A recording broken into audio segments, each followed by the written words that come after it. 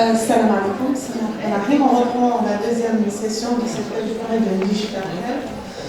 Et je pense que tout le monde est là. Bien. On va avancer. Et donc, je reprends la première.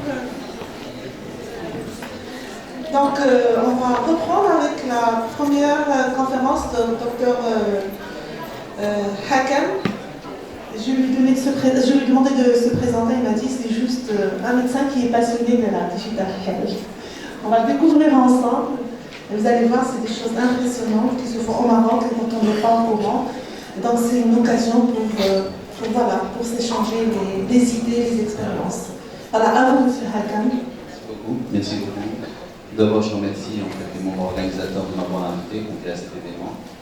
J'ai été agréablement surpris par la qualité de ce qui a été présenté ce matin. Il y a du haut niveau. Je vais me permettre, moi, de mon statut, de pouvoir revenir sur des généralités, peut-être vous montrer un peu comment je conçois l'e-santé dans notre pays, comment je conçois l'e-santé en général.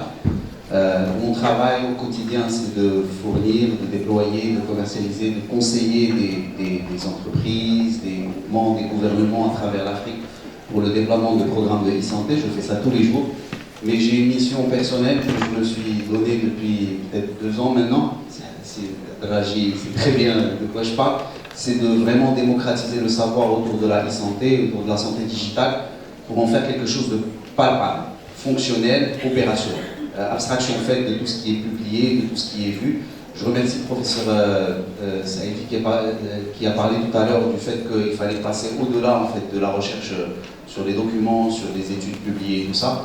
Moi je suis de ce genre de personne-là, c'est-à-dire que je préfère mettre les mains dans le cambouis et travailler sur des choses factuelles qui existent réellement. Je vais vous parler de certaines initiatives internationales palpables, simples, vraiment très, très facile à comprendre et qui apporte énormément de choses pour les populations dans notre pays. Et je vous parler aussi d'initiatives marocaines existantes depuis quelques années, qui, comme l'a dit Cédar, ne sont pas forcément connues pour des problèmes de médiatisation de la chose. Alors, je suis médecin de formation. J'ai passé quelques années dans l'industrie pharma avant d'aller dans le digital pur et dur, c'est-à-dire tout ce qui se rapporte à la communication digitale, marketing alternatif et marketing digital pendant plusieurs années pour multiples marques qui vont de l'industrie pharmaceutique jusqu'à l'agro-industrie, jusqu'au biscuit, jusqu'au chocolat, jusqu'au chewing-gum. J'ai fait du digital pour des entreprises qui font de la périculture, j'ai fait du digital pour des entreprises qui font des pizzas emportées, j'ai fait du digital aussi pour l'industrie pharmaceutique, notamment sur des Patient Initiative Programs ou des Patient Support Programs à l'échelle mondiale. Ensuite, je suis retombé un peu sur les pieds joints en faisant une espèce de cohérence entre toute cette activité que j'ai fait qui était un petit peu, on va dire, en mode feu d'artifice. Et j'ai rencontré le dirigeant d'une grosse multinationale qui déploie de la e-santé à travers le monde, qui m'a convié à rejoindre l'équipe. Je dirige donc le Hub Afrique d'une multinationale qui déploie de la e-santé à travers le continent africain depuis 4 ou 5 ans maintenant. Alors, je vais revenir sur certaines définitions très rapidement, si vous le permettez. Donc, le terme e-santé qui peut devenir santé digitale, santé connectée, e-health, vous allez trouver tellement de noms, désigne tous les domaines où les technologies de l'information et de la communication sont mises au service de la santé. Globalement, quand on parle de technologie de l'information et de la communication, maintenant aujourd'hui, on n'envisage que Internet. Mais on oublie qu'à la base, les premiers actes de télésanté ont été faits par des systèmes rudimentaires. L'un des premiers actes en fait recensés de télémédecine, plus que télésanté, puisqu'on va maintenant sur la partie, on va dire, métier réglementé. Le premier acte de télémédecine date des années 20 et a été fait entre les bateaux qui arrivaient avec les migrants fuyant la fin de la Première Guerre mondiale, les prémices de la Deuxième Guerre mondiale, qui fuyaient vers l'Amérique, enfin le Nouveau Monde. Et donc ces bateaux-là communiquaient à travers les moyens de communication de base, à l'époque c'était le télégraphe et l'ancêtre de la radio, avec le port de New York, pour éventuellement donner quelques symptômes de certains passagers, pour savoir ceux qui pouvaient débarquer et ceux qui devaient aller vers l'île de quarantaine, qui est la fameuse île où maintenant il y a la Statue de la Liberté. Et ça, c'est un premier acte de télémédecine qui a été fait dans les années 20. Donc la télémédecine ou la e-santé en général est une très très vieille dame qu'il faut garder en tête. Alors le terme e-santé dans la e-santé, le terme e-santé est corrélé à la vraie définition de l'OMS pour la santé qui dit que c'est un état complet de bien-être physique, mental et social et ne consiste pas seulement en une absence de maladie ou d'infirmité. Ce qui veut dire que tout ce qu'on va utiliser en termes d'outils de télécommunication pour apporter des ajustements à un de ces critères-là, physique, mental, social, est important à garder en tête. La e-santé n'est pas seulement destinée à améliorer la santé de patients malades, mais elle est censée améliorer l'accessibilité à la donnée santé, aux soins de santé, à ce que vous voulez en termes de santé, à ce qu'on pourrait appeler par la suite des e-patients, dans lesquels il y a des e-patients malades, des e-patients pas malades, d'environnement des e-patients, et ainsi de suite. En 1999, il y a eu une très belle définition qui a été donnée par M. Mitchell qui disait que la e-santé, c'est l'usage combiné de l'Internet et des technologies de l'information à des fins cliniques, éducationnelles et administratives. Là, on commence à voir un petit peu plus les choses d'une autre manière, c'est-à-dire qu'il n'y a pas que la partie clinique qui compte, il y a aussi toute la partie éducation thérapeutique. Il faut savoir que dans l'industrie pharmaceutique, par exemple, aujourd'hui, l'utilisation des outils technologiques, notamment de la e-santé, pour favoriser l'éducation thérapeutique chez les malades chroniques, est quelque chose de très diffus à travers le monde. Ça se fait de manière très simple, et aujourd'hui, il y a énormément d'initiatives à travers le monde. Je vais vous en présenter quelques-unes que vous allez peut-être aller voir chez vous. Peut-être que dans votre entourage, il y a des patients qui sont atteints de diabète ou d'asthme, parce que c'est quelque chose qui est devenu une maladie, des atteintes qui sont maintenant généralisées. Et l'idée, c'est d'utiliser ces outils sur votre environnement déjà et voir ce que ça apporte réellement. Vous allez découvrir que ça apporte énormément de choses. Alors, les frontières, à partir de ce que j'ai défini, paraissent un peu brouillées, parce que oui, il nous a parlé de télémédecine, il nous a parlé de e-santé, il parle de santé digitale. Bon, ce qu'il faut comprendre, c'est que les frontières sont tellement maintenant interconnectées qu'aujourd'hui, vous avez un gros pavé qui s'appelle la e-santé. À l'intérieur, vous allez trouver des petits modules. Dans ces petits modules, vous avez la partie e-santé qui commence à partir des systèmes d'information hospitaliers et qui va jusqu'à la petite application d'information, le petit site web d'information ou le site web carrément d'aide à la décision. Et le Dr Taraj a parlé de son site web médicaments.ma qui est un excellent outil d'aide à la décision thérapeutique et la décision de prescription. Vous avez toute la partie robotique, vous avez toute la partie qu'on appelle la télésanté, dans laquelle on va retrouver les services d'information, les Doctissimo, les sites en fait qui permettent d'avoir de l'information sanitaire, tous les sites de formation, tous les réseaux sociaux qui permettent aujourd'hui d'avoir de la communication autour de la santé. Et Dieu sait qu'il y a énormément de groupes fermés ou ouverts, et on a un moment de pages Facebook aujourd'hui dans lesquelles les patients discutent entre eux. Vous allez comprendre l'impact de ce genre de discussion entre patients aujourd'hui qui dépasse l'entendement d'un scientifique. Il y a aujourd'hui des forums et des blocs de discussion mondiales entre patients pour des pathologies particulières qui changent complètement l'économie de la santé et qui changent la recherche clinique en rapport avec ces pathologies-là. Pour vous dire à quel point aujourd'hui le patient, à travers ce type d'outils, est en train de changer complètement la face de la santé. Vous avez toute la partie mobile santé and health, donc tout ce qui est l'utilisation d'applications mobiles pour aider le patient à prendre soin de sa santé ou à comprendre sa santé. Vous avez toute la partie télémédecine, qui est la partie, on va dire, réglementée. Là, on parle d'acte médical pur et dur. Sachez qu'au Maroc, il y a déjà une initiative nationale de télémédecine qui a été lancée. La première phase, j'y ai participé, j'en suis très heureux, ça a été de déployer 6 valisettes de télémédecine comme celle que vous voyez ici. Je vous inviterai après, si vous voulez venir voir comment ça fonctionne et tout ça. Donc 6 valisettes de télémédecine dans 6 centres des montagnes du Grand et du Moyen Atlas, et qui ont permis de faire communiquer ces centres-là avec un hôpital à Casablanca. Et aujourd'hui, beaucoup de patients de Zawiya Hansal, de Yishil, de Aïdsam Lille, et j'en sais, Anfgou, ont accès à des spécialistes, notamment des dermatologues, des cardiologues, des pneumologues, et ainsi de suite, ce qui permet en fait de complètement disrupter la pyramide sanitaire qui ne servait pas forcément leurs intérêts, puisqu'ils avaient le problème de l'éloignement, le problème de l'encadrement, le problème du le problème du transport, les problèmes économiques pour pouvoir voyager, et ainsi de suite. Aujourd'hui, on essaye de disrupter tout ça. Vous avez toute la partie télésurveillance qui rentre dans le cadre de ce que j'ai entendu tout à l'heure, le Smart Hospital. Maintenant, en fait, on a dépassé le stade du Smart Hospital en tant que structure, donc on parle de Home Hospitalization, c'est-à-dire qu'on va envoyer le patient s'hospitaliser chez lui et on va le suivre à distance. Je suis en train de développer un programme avec le département de chirurgie thoracique de Casablanca pour mettre en place un système de suivi post-chirurgie thoracique pour les patients ayant fait une lobectomie, enfin des grosses chirurgies qui nécessitent au final des indicateurs ridicule. Hein. On a besoin juste d'avoir le relevé de température pour éventuellement voir s'il n'y a pas d'infection. On a besoin d'un relevé de spirométrie. On a besoin d'un relevé d'oxymétrie et un podomètre pour savoir si la personne a marché ou pas. C'est tout. Et donc, au lieu d'attendre 45 jours pour faire le contrôle du patient, on est capable d'avoir de la data sur les 45 jours le séparant de la visite de contrôle. Donc on est en train de travailler sur ça et si vous voulez, je suis à votre disposition pour en discuter.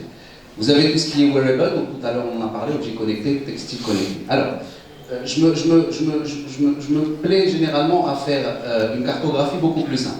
Donc si vous le permettez, la cartographie simple pour moi, pour pouvoir vraiment cartographier la e-santé de façon vraiment très simple, très fluide, parce qu'il y a trop de cercles là-bas, trop d'implications, il y a ce qu'on appelle les services commerciaux de la e-santé, dans lesquels on va retrouver les services de santé en ligne, je vous ai parlé, les Doctissimo, les compagnies, donc qui tirent leur profit de la publicité et ainsi de suite, et qui permettent aux gens de pouvoir se connecter gratuitement. Comme a dit l'autre, si vous ne payez rien, c'est que vous êtes vous-même le produit. Donc en général, quand vous rentrez dans un site et que vous vous connectez pour chercher de l'information sanitaire, sachez qu'on vous a forcément donné 3 ou 4 publicités en passant qui vous permettent de pouvoir qui permettent au site de pouvoir fonctionner, parce que sinon, avec le site, fonctionnera comment? Il y a tout ce qui est information santé, tout ce qui est domotique aujourd'hui.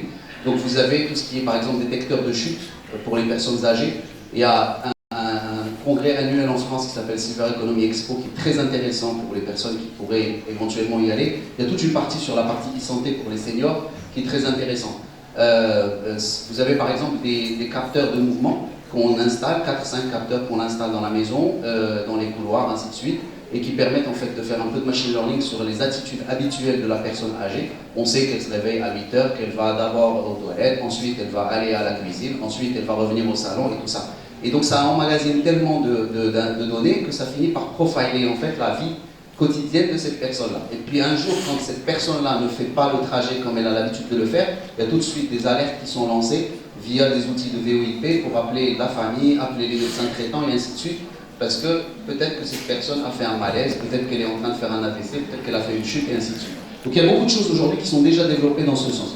Vous avez tout ce qui est téléservice pour le soin à domicile, et là c'est principalement tout ce qui est aide pour qu'une personne tierce fasse un soin à un parent qui est malade. Donc par exemple, vous n'avez plus besoin d'avoir un kiné qui vient à la maison, vous pouvez avoir un avatar de kiné qui vous montre qu'est-ce que vous devez faire aux parents en fait qui a eu un AVC auquel on a besoin de faire une kiné quotidienne.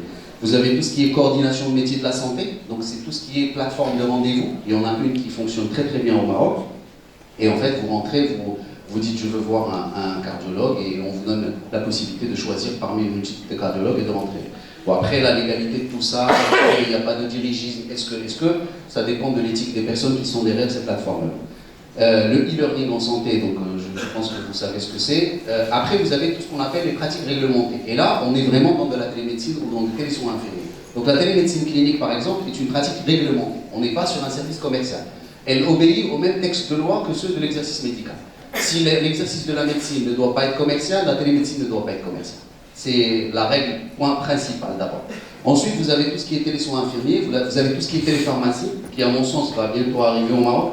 Je souhaite qu'on puisse éventuellement avoir des prescriptions qui transitent entre le patient, le médecin et le pharmacien, mais cela implique qu'il y ait des dossiers médicaux et des dossiers médicaux informatisés, voire des dossiers médicaux partagés. Pour l'information, c'est pas pour demain, pour plein de raisons. D'abord, je ne sais pas si vous savez que le dossier médical jusqu'à 1995 n'était pas une obligation. C'était juste si vous le souhaitez en tant que médecin tenir un dossier, vous le tenez. Il n'y a pas de problème. Personne ne vous tapera sur les mains si vous ne le faites pas.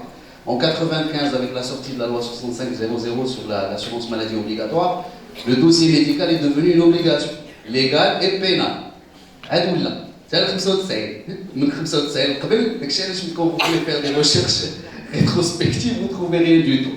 Donc 95, la loi 6500, elle vient, elle dit le dossier médical doit devenir obligatoire, mais elle n'explique pas ce qu'il doit y avoir dans le dossier médical. Donc on ne sait pas exactement qu'est-ce qu'on doit mettre dans ce dossier, qu'est-ce qu'on ne doit pas mettre dans ce dossier.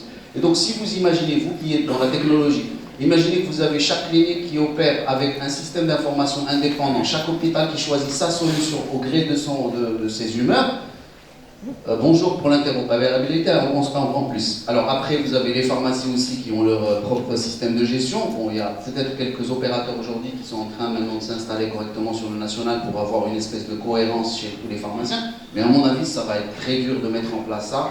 Et c'est pour ça que c'est un dossier qui, à mon sens, mérite qu'il soit vraiment bien étudié. Alors, entre les deux, il y a ce qu'on appelle les outils de support. Donc, les outils de support, c'est tout ce qu'on va utiliser pour faire ou la partie commerciale ou la partie réglementée. Donc, vous avez la télématique, Internet, la visioconférence. Juste une simple visioconférence aujourd'hui vous permet de faire de la télémédecine, hein, si vous voulez. Dans certains pays, la réglementation n'est pas aussi compliquée qu'au Maroc. Par exemple, l'année dernière, Agnès Buzyn, la ministre de la Santé française, avait communiqué auprès des agences régionales de la santé en disant qu'ils pouvaient utiliser les outils GAFA pour faire de la téléconsultation à distance.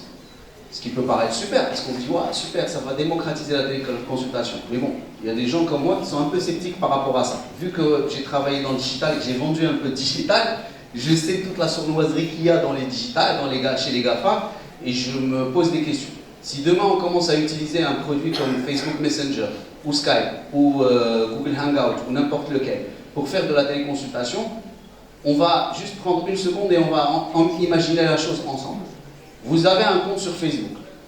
Ils savent où est-ce que vous habitez, enfin dans quelle ville plus ou moins, ou ceux qui mettent les adresses. Ils savent ce que vous aimez comme musique, ils savent ce que vous aimez comme lecture, ils ont une idée précise sur le nombre de frères et de sœurs que vous avez. Ils savent quels sont vos hobbies. En fait, en gros, ils savent un peu de tout sur vous. Si vous rajoutez à ça le fait qu'à travers les réseaux sociaux, vous puissiez aussi faire de la téléconsultation médicale, ça veut dire que vous allez prendre un rendez-vous avec un médecin à travers cette plateforme et faire la consultation avec lui. Imaginons un instant que ce soit un médecin généraliste, ce n'est pas un problème. On va dire qu'ils vont savoir que vous voulez voir un médecin généraliste, point. Après, pourquoi? On ne sait pas. Ça reste le secret entre vous et le médecin généraliste. Mais imaginez par exemple que vous preniez un rendez-vous pour voir un oncologue. Automatiquement, le réseau social ajoute à votre fiche le fait qu'il y a un risque de cancer. Cette information peut être très facilement partagée avec les compagnies d'assurance qui peuvent vous faire une surprime sur votre prime d'assurance.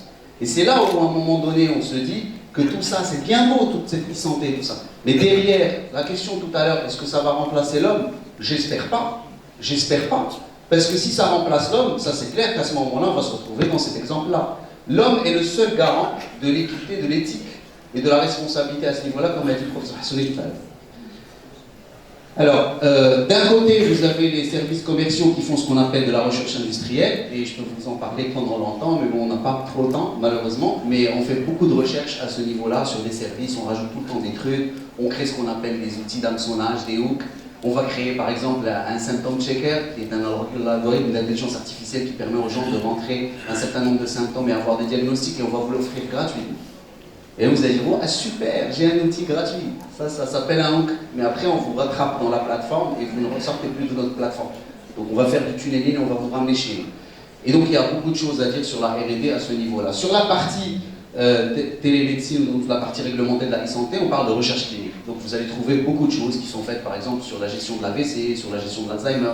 Tout à l'heure, on a parlé, par exemple, de la réalité augmentée, le professeur Saïd en a parlé. Il y a des travaux qui sont très intéressants qui sont faits sur les phobies. On est en train de lancer quelque chose sur Casablanca avec un groupement de psychologues sur les phobies. Donc créer des systèmes de réalité augmentée pour permettre aux patients, par exemple, qui ont des phobies de cafards ou des phobies d'aller à l'école, de pouvoir, par exemple, pendant 5 minutes chaque jour pendant la séance, de voir un cafard sur sa main. C'est pas un vrai cafard, mais il va voir un cafard, quand il va prendre sa main, il va voir un cafard dessus. Et on va petit à petit les habituer à ça jusqu'à ce qu'on arrive à enlever complètement cette phobie ou bien une partie de cette phobie-là. Alors, l'idée de tout ça, c'était de passer de la médecine curative à la médecine, on va dire, de la médecine collective curative vers la médecine 5P. Alors, comment ça s'est passé? Très simplement, dans les débuts des années 30, fin des années 20, il y avait un monsieur qui s'appelle Jon Snow. Je vous juste rassure, ça n'a rien à voir avec le monsieur de Game of Thrones, ça n'a absolument rien à voir. Lui, ça s'écrit avec J-O-H-N. Jon Snow de Game of Thrones, c'est sans le H. Ce monsieur, c'est le premier expert, on va dire, épidémiologue du monde, dans l'histoire de l'épidémiologie mondiale, dans la formule qu'on connaît aujourd'hui. C'est ce monsieur-là qui a compris qu'il fallait étiqueter les foyers de choléra à Londres, et essayer d'étudier l'environnement de ces foyers de choléra. Il a circonscrit le foyer de choléra, il a évité une grosse épidémie de choléra à Londres dans le début du siècle.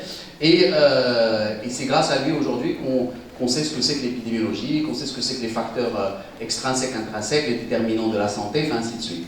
Donc ce monsieur-là, donc, il a amené avec lui ce qu'on appelait à l'époque la médecine des maladies infectieuses. Donc on a commencé à comprendre qu'il y avait des maladies infectieuses et qu'il fallait les prendre en charge. Puis par la suite, il y a eu l'avènement des antibiotiques et des vaccins. Donc on a commencé à traiter ces maladies infectieuses. Et après, il y a eu, dans les années 70 en Europe, le démarrage de la médecine cardiovasculaire et l'arrivée des grands noms de la cardiologie. Et on a commencé à parler de comment traiter un certain nombre de maladies cardiovasculaires. Donc à ce moment-là, on parlait de médecine curative. Qu'est-ce qu'on faisait? On faisait que traiter. On ne parlait pas à ce moment-là ni de préventif, ni de rien du tout. On parlait que de curatif parce que c'était le besoin.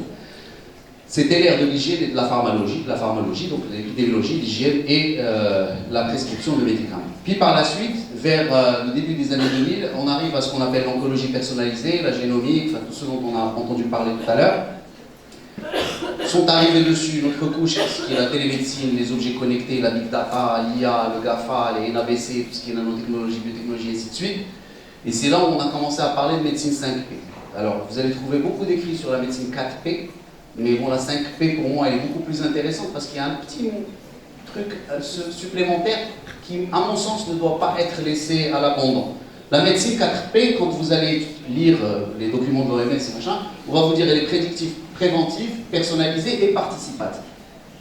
Elle prévient, elle prédit, elle personnalise et elle vous permet à vous en tant que patient de participer, ce qu'on appelle l'empowerment du patient, donc la participation du patient. Et pour moi c'est très important, quand on parle de médecine, si on parle de médecine, il faut absolument que ce soit prouvé. L'évidence médicale, si elle n'existe pas, vous ne pouvez pas me ramener un outil. Je vous donne un exemple. La bataille aujourd'hui des dispositifs médicaux et des dispositifs connectés, elle se joue sur les agréments des agences sanitaires. Hier par exemple, il y a un des derniers détecteur de glycémie continue qui vient d'être approuvé auprès de la FDA et qui apporte une nouveauté par rapport aux autres, c'est qu'il analyse votre spectre ou votre profil glycémique et permet au bout d'un certain temps de pouvoir prédire l'hypoglycémie, ce qui est excellent. C'est-à-dire qu'il ne vous donne pas seulement le relevé de la glycémie, mais arrive à prédire, il va vous dire attention, dans 4 heures vous allez faire une hypoglycémie. Tellement et c'est quelque chose qui a retardé pendant 2 ans à peu près, parce qu'ils attendaient d'avoir l'agrément, parce qu'il fallait qu'ils prouvent ce qu'ils avançaient. Il a fallu qu'ils mettent beaucoup de data, ils ont analysé énormément de data, ils ont produit cette data auprès de l'agence sanitaire américaine, et ça a permis aujourd'hui d'avoir cet outil-là qui existe depuis hier, maintenant qu'il a été autorisé. Pour moi, la preuve est importante. Et si elle n'existe pas, c'est comme si vous vendiez en fait un gadget. Vous allez retrouver beaucoup d'applications de e-santé sur vos smartphones. Vous avez par exemple celle qui vous dit que si vous prenez le téléphone et que vous le mettez sur votre cœur, il va pouvoir vous donner la pression artérielle. Vous allez trouver celui qui vous dit, vous mettez votre doigt sur la caméra, il y en a un qui revient très souvent, elle est même en publicité sponsorisée sur Facebook. Vous mettez votre doigt sur la caméra et vous allez avoir la pression artérielle. C'est du ridicule, c'est pas possible. Il y a des choses qui sont possibles, il y a des choses qui ne sont pas possibles. Ça fait partie des choses qui ne sont pas possibles. Un brassard, par exemple, tout à l'heure, j'ai vu une présentation d'une montre connectée qui permet de prendre la tension artérielle. Oui, c'est super, c'est très beau, c'est génial, c'est excellent de savoir que ça existe. Mais la prise de la tension artérielle au poignet égale 0 pour les cardiologues. Ça n'a aucune valeur médicale. Ça a une valeur de trend, ça vous donne une tendance, mais ça ne vous donne pas les vrais résultats. Si il y a le brassard qui existe encore, c'est parce que c'est avec le brassard qu'on prend la tension artérielle et pas au niveau du poignet. Donc l'ère de la santé numérique est arrivée à ce moment-là. Maintenant, il y a un décalage. On va dire que le décalage est un peu là. C'est-à-dire que dans les pays développés, entre 30 et 70, il y a eu beaucoup d'avènements en termes de médecine curative et tout. On va dire que dans les pays en voie de développement, ça n'est arrivé qu'à partir des années 2000. C'est dans les années 2000 que la cardiologie au Maroc a commencé à avoir beaucoup d'avancées, que l'oncologie a commencé à avoir beaucoup d'avancées. Mais avant, on va dire que nous, on stagnait un peu dans ce qui était avant le curatif, la maladie infectieuse, et ainsi de suite. Alors, en gros, l'OMS publie chaque année ce qu'on appelle un atlas de e-health. Je vous invite à le regarder. Bon, regardez pas les chiffres sur les pays parce que c'est du n'importe quoi, parce que c'est du déclaratif. Donc, tous les gouvernements, ils font ce qu'ils veulent. J'ai été vraiment surpris d'apprendre des choses sur mon pays que je ne connaissais pas, ou sur des pays où on est en train de déployer des solutions de télésanté, on nous parle de choses. On nous parle de projets de télésanté qui existaient avant nous, alors que nous, on est arrivés, il n'y avait rien dans ce pays, on sait très bien qu'on était en train de les installer. Mais ce qui est intéressant, c'est que l'OMS, pour faire ce document, rassemble un certain nombre d'experts, et ces experts-là amènent un certain nombre de recommandations. Et il y a une recommandation qui est très intéressante, qui dit qu'il est devenu de plus en plus clair qu'on ne peut pas atteindre la couverture santé universelle sans le soutien de la santé en ligne. Tout simplement parce que atteindre la couverture santé universelle implique 3 paramètres. Le premier paramètre, c'est le financement, le deuxième paramètre, c'est les structures, et le troisième paramètre, c'est la gouvernance. Et Dieu sait que dans les pays en voie de développement, les pays d'Afrique francophone ou les pays d'Afrique anglophone, il y a un vrai problème, soit sur l'un, soit sur l'autre, soit sur les trois. Et c'est pas possible à ce moment-là de rattraper le retard de construction d'hôpitaux. On ne peut pas construire autant d'hôpitaux qu'on veut, on ne peut pas construire autant de centres de santé qu'on veut, on ne peut pas avoir autant de médecins qu'on veut, on ne peut pas avoir le split médical qu'on veut. Le Maroc, on hérite d'un split médical qui est hérité depuis quelques années. On est un des rares pays africains à avoir 40% de ratio de spécialistes. C'est une aberration pour un pays qui a besoin de soins primaires. Et en même temps, on a une politique de soins primaires. Donc, sachez qu'aujourd'hui, la e-santé peut pallier à ce genre de lac, et je vais vous parler de ce qu'on est en train de faire au niveau des montagnes, et vous allez comprendre. Alors, donc la e-santé est une vraie solution aujourd'hui pour le vieillissement de la population, l'accès universel à une prise en charge de qualité, ce que je disais tout de suite, l'accroissement significatif des dépenses, parce que les dépenses augmentent, et on ne peut pas aller au-delà. Vous avez vu, depuis quelques semaines, il y a un hashtag sur les maladies du cancer qui demandent à être pris en charge. Ceux qui sont dans le milieu de la santé savent que, bon, ils ont raison, c'est normal. C'est une pathologie qui est grave et on ne veut pas voir une personne souffrir. Mais en même temps, on sait ce qui a été fait depuis 2010 à maintenant. Il y a eu 800 millions de dirhams, juste pour information, en 2019, injectés en produits oncologiques pour la prise en charge des malades atteints du cancer du sein ou du cancer du col de l'utérus. 800 millions de dirhams qui ont été injectés depuis juste le début de l'année à maintenant, ce qui représente, juste pour information, 10% du marché pharmaceutique national. Juste pour ça, c'est l'État qui paye. Donc à un moment donné, il faut applaudir ce que fait notre gouvernement, même s'il y a des choses qui ne plaisent pas à tout le monde, mais il y a des choses vraiment intéressantes.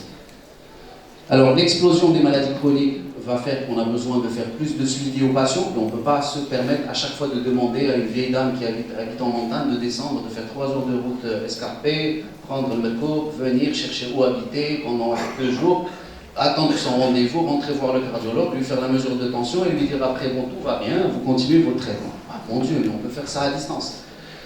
L'évolution de la démographie médicale qui menace l'accès égalitaire aux soins. Aujourd'hui, vous avez vu, même en Europe, il y a des villages où il n'y a plus de médecins qui veulent aller, pour plein de raisons.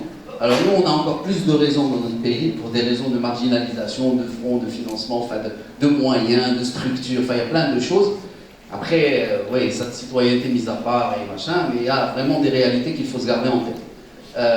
En France, il y a une anecdote la semaine dernière, il y a une maire qui a décidé de faire un arrêté municipal disant à ses concitoyens de ne pas mourir le samedi et le dimanche. C'est une anecdote, mais elle l'a fait exprès. Elle l'a fait pour lancer un message d'alerte en disant les gars, on n'a plus de médecins chez nous. C'est marrant, mais aujourd'hui, nous on est dans ça. Pour eux c'est une anecdote, mais pour nous c'est le quotidien, c'est le pain quotidien. Les restrictions budgétaires qui deviennent de plus en plus importantes, parce qu'on a besoin de mettre des budgets sur d'autres prérogatives. Donc tout ça, la santé pourrait l'améliorer.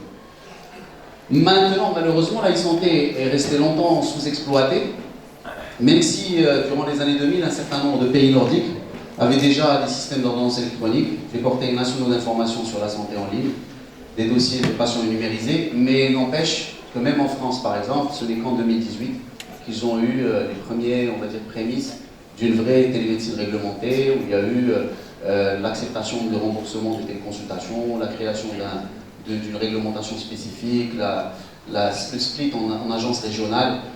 Nous, au Maroc, la loi 131-13, qui date de 2014, a déjà intégré la télémédecine dans les prérogatives de l'exercice médical. Et le 5 août 2018, il y a eu la sortie du décret sur la télémédecine, ce qui veut dire qu'au Maroc, on peut faire de la télémédecine sans aucun problème, en respectant un certain nombre de choses, notamment ce qui est permis, ce qui n'est pas permis. Et une des choses qui est intéressante dans le décret national marocain, c'est que vous ne pouvez pas faire une consultation médicale avec un patient si le patient n'est pas accompagné d'un professionnel de santé. Et ça, j'adore. Ça implique en fait qu'il n'y aura pas effectivement la prise du contrôle de la machine et que le patient, comme nous on sait que nos patients, et en général, vous avez peut-être entendu parler de la déclaration du ministre sortant qui disait que on a la population au-delà de 60 ans au Maroc a doublé depuis les 15-20 dernières années et que 75% de cette population est analphabète. Donc là aussi, il faut prendre en considération ce genre de choses quand vous voulez monter un projet de e-santé. Il ne faut jamais se dire « Ah, tout le monde va utiliser parce que l'accès à Internet, il y a 18 millions d'internautes. » Oui, maintenant il y a un problème, il y a un paradigme qu'il faut garder en tête. Je vous invite à lire un truc sur ce qu'on appelle la notion d'électrolyse. La notion d'électrolyse est une notion en fait, qui dit qu'une personne peut avoir un outil technologique entre les mains, mais ne sait pas comment se comporter avec cet outil technologique. Ou c'est une personne qui va prendre cet outil technologique et qui va le changer selon sa façon de le faire. Prenons le cas de WhatsApp au Maroc. Si le gars de WhatsApp savait que les Marocains allaient l'utiliser en talkie-walkie, il ne l'aurait pas fait. Vous avez aujourd'hui, elle envoie un message vocal, sa copine lui envoie un message vocal. Je vais y aller. Alors, la généralisation de la e-santé implique de trouver des réponses à des questions très pragmatiques qui sont la confidentialité, la gestion du déploiement des solutions techniques, le basculement vers le numérique. Tout ça, c'est des choses qu'il faut vraiment garder en tête. La responsabilisation dont on a parlé, la formation. Il faut former ces gens-là. Je suis content de savoir qu'il y a des masters qui sont en train de se mettre en place, mais il faut former beaucoup de personnes, il faut former les médecins, il faut former les ingénieurs, il faut leur expliquer comment faire pour produire des choses qui soient adaptées à la réalité du marché marocain. L'autonomie, le suivi, l'autonomie des patients. Il faut qu'on donne plus de possibilités aux patients. Jusqu'à fin des années 2000, il était convenu et qu'il était tout à fait normal d'avoir une relation adulte-enfant entre un médecin et un patient.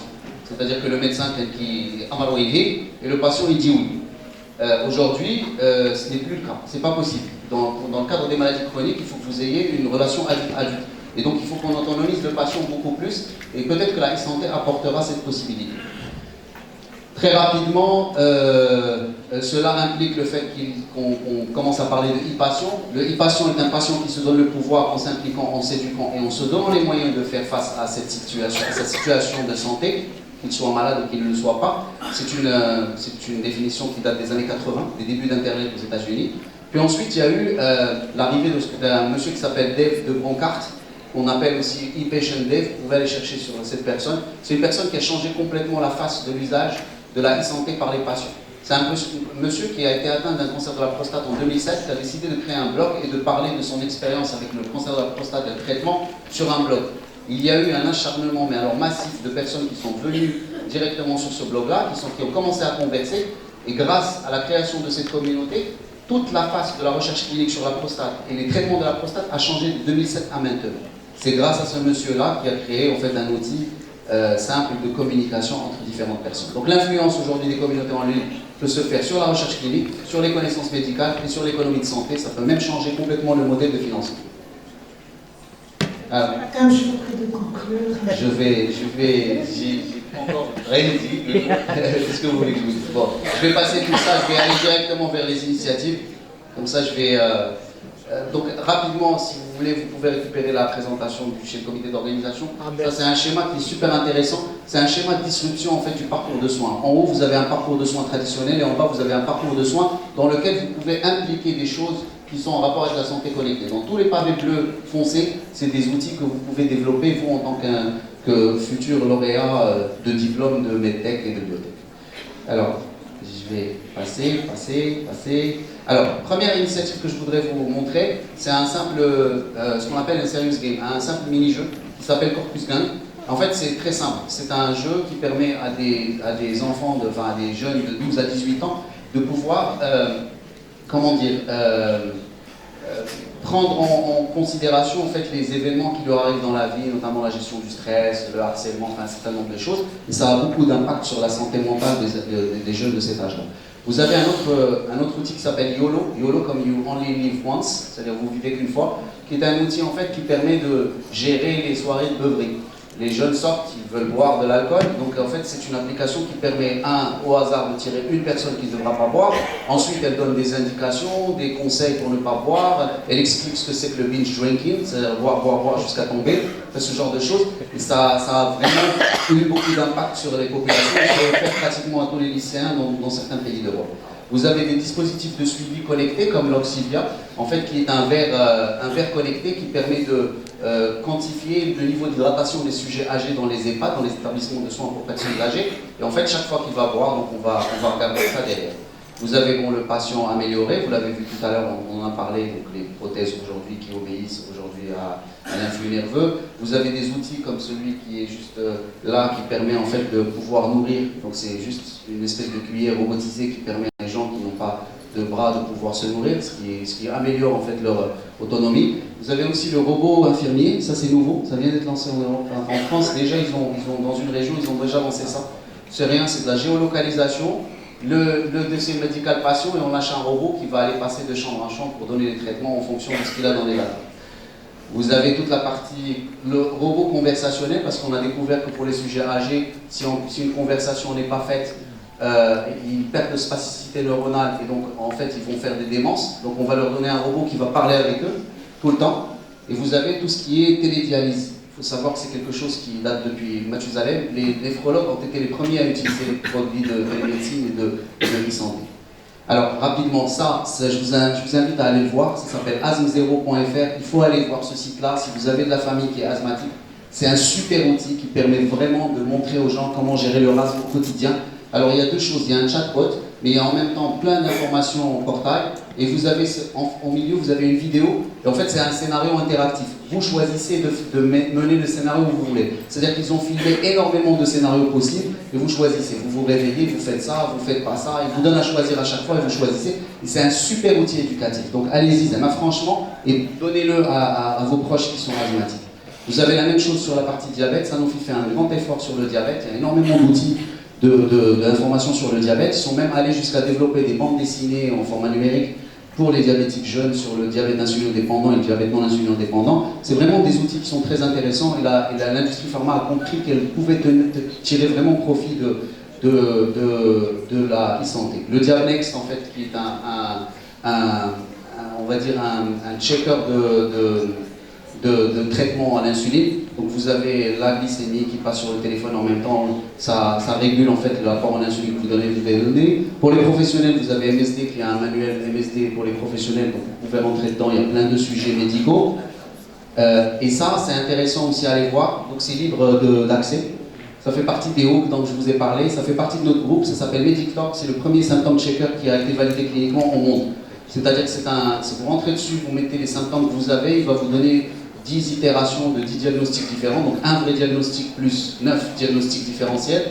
Et nous avons des chiffres statistiques qui prouvent que c'est un excellent outil en termes de prise de décision. Ça ne remplace pas le médecin traitant, mais ça permet de prendre des décisions rapides. Il existe en arabe, en anglais, et en espagnol et en français. Les initiatives locales. Alors ça, c'est une initiative que je distribue moi-même à l'échelle nationale. C'est un compagnon médical au quotidien. C'est une solution avec 4 millions d'utilisateurs à travers le monde, dont à peu près 300 000 aujourd'hui sont au Maroc. Nous estimons pouvoir avoir 1 million d'ici l'année prochaine. Je vais vous montrer ce que c'est rapidement.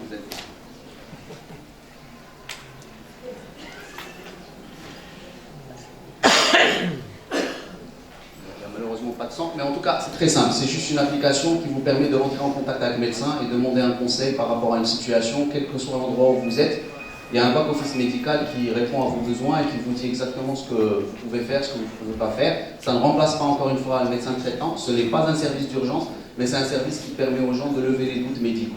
Donc par exemple, vous avez une douleur au niveau du bras, quand vous appelez notre service, on va vous donner un certain nombre de questions, et si nous estimons que c'est plus cardiaque qu'autre chose, on va vous le dire, pour éviter en fait les déperditions des patients dans les méandres médicaux. Vous savez quelle est la durée en fait de prise en charge pour un infarctus du myocarde? Normalement, c'est 6 heures. Entre le moment où la personne dit « ah » et finalement la personne doit être prise en charge, c'est 6 heures, en principe. Au Maroc, c'est 5,6 jours. Tout simplement parce qu'il va passer par le gastro, il va passer par le rhumato, Non mais c'est vrai, mais c'est malheureux, 5,6 jours pour prendre en charge. Ça fait le gars, au final, quand on va le stenter ou là, on va lui faire ce qu'on veut, il va finir par faire une insuffisance cardiaque. Il est insuffisant cardiaque. Donc là, en fait, c'est un outil que nous sommes en train de déployer à l'échelle nationale. J'ai fini, c'est la dernière. J'ai fini. Cet outil, c'est un outil de télémédecine, c'est ce que vous avez là. En fait, cet outil est équipé, ce que vous voyez ici, c'est un C'est un ECG connecté sans consommable. Les précordiales vont directement sur le thorax, vous n'avez pas besoin de mettre une patch ni rien du tout. Vous avez dessus un tensiomètre et un oxymètre de pointe avec un boîtier multiparamétrique. Vous avez une tablette qui permet la connectivité, le renvoi, le transfert des données. Un otoscope, un dermatoscope, un spiromètre, un thermomètre, un glucomètre. Et on peut mettre autant d'applications qu'on veut dessus. C'est l'outil qu'on est en train maintenant d'installer dans les montagnes et ça marche plutôt bien pour un certain nombre de consultations, notamment d'ordre spécialisé ou de généraux. Voilà.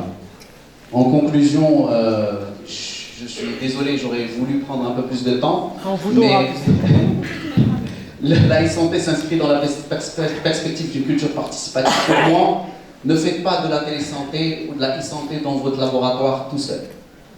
Si vous ne prenez pas en considération la notion de e-patient, vous n'allez pas faire des produits qui répondent aux patients. Vous allez faire encore des outils qui permettent de faire de la prédiction d'imagerie ou des choses comme ça, qui à mon sens, aujourd'hui, pour notre pays, sont une fatalité dans le futur. Mais on a besoin d'outils simples. Et vous pouvez développer des outils simples de e-santé en mode start-up, en mode incubateur, ce que vous voulez, mais gagner à aller voir en fait les patients et les faire participer et regarder leurs besoins.